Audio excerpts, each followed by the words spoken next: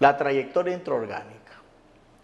Dentro del protocolo de autopsia se va a reflejar la trayectoria intraorgánica dentro de algunas de las cosas importantes que a mí me interesan. El protocolo de autopsia como tal nos va a indicar la ubicación de las heridas, en qué parte del cuerpo está comprometido con el disparo que se está estudiando.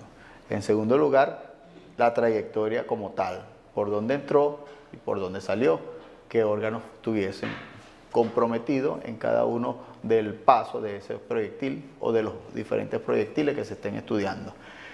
El protocolo también nos va a indicar a nosotros la característica del orificio de entrada y salida, para que no haya confusión, porque en algunas ocasiones se puede pensar que un orificio de entrada es el de salida o el de salida es de entrada, aunque cada uno tiene sus propias características, a simple vista pudiesen engañarse. Por eso es que necesitamos el protocolo de autopsia, porque el protocolo de autopsia nos va a decir fehacientemente cuál es cada uno de ellos. Aparte de todo esto, los órganos y superficies que fueron comprometidas o afectadas, en el protocolo nos lo va a describir y no debemos tener ninguna duda de lo que nos está diciendo el médico o el patólogo forense. En el protocolo también se evidencia la presencia o ausencia de residuos de disparo, dependiendo de la distancia en que se realizaron los mismos. Si estuvo muy cerca va a haber el tatuaje, si estuvo muy lejos a lo mejor no hay tatuaje, y eso justamente en el protocolo lo vamos a determinar. Sirve para determinar otras lesiones. Esas otras lesiones pueden ser que hayan surcos equimóticos, esos surcos pueden estar en las extremidades, presencia o no de esposas, de marcas de que lo amarraron o estuvo amarrado, sometido un tiempo. Por lo tanto, el protocolo de autopsia es bien importante para nuestros estudios.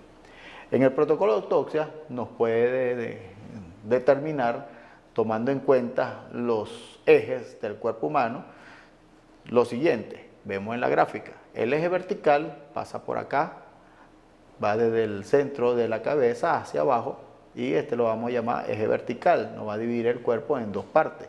Tenemos el eje horizontal, que lo vamos a dividir el cuerpo entonces en la parte horizontal.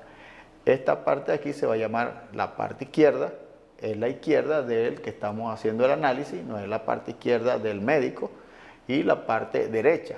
Entonces ya sabemos que entonces hay un eje vertical, un eje horizontal, la parte izquierda y la parte derecha. Si el disparo entra de forma horizontal, quiere decir que entra en línea recta y atraviesa el cuerpo. Si el disparo es descendente, ese disparo va hacia abajo entre un orificio de entrada y el orificio de salida debe estar más abajo, en un ángulo más abajo, para yo poder determinar que es descendente. Y si el disparo es ascendente, el tiro va hacia arriba. Todo esto son vocabularios que va a estar escrito en el protocolo de autopsia. Cuando a uno le indican la ubicación del orificio de entrada, el orificio de salida y el ángulo de entrada o el ángulo de penetración. Entonces nos dicen que fue un tiro descendente ubicado, por ejemplo, en la región abdominal, con orificio de salida a nivel del glúteo izquierdo. Entonces ya nosotros podemos tomar una determinación, una medida, y poder hacer unos buenos cálculos que nos corresponden para más adelante cuando hagamos la reconstrucción de los hechos.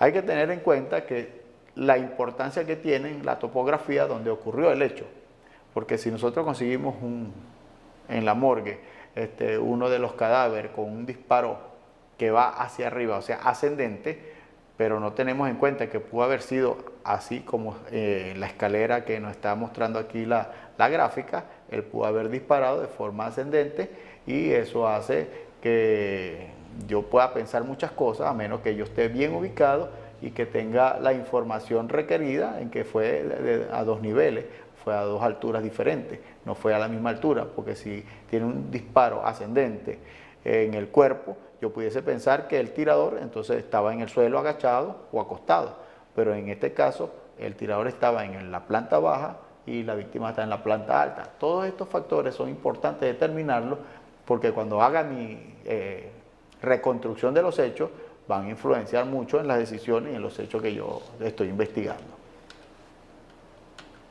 Como ya hemos hablado de la varilla no solamente sirve para determinar la trayectoria intraorgánica, sino que también sirve para ser introducida en los orificios que puedan haber quedado en las paredes o en cualquier otra superficie, y nos puede dar a nosotros la dirección del tirador, el ángulo de tiro, y por lo tanto podemos calcular la distancia. O sea que el trabajo de las varillas es bien importante.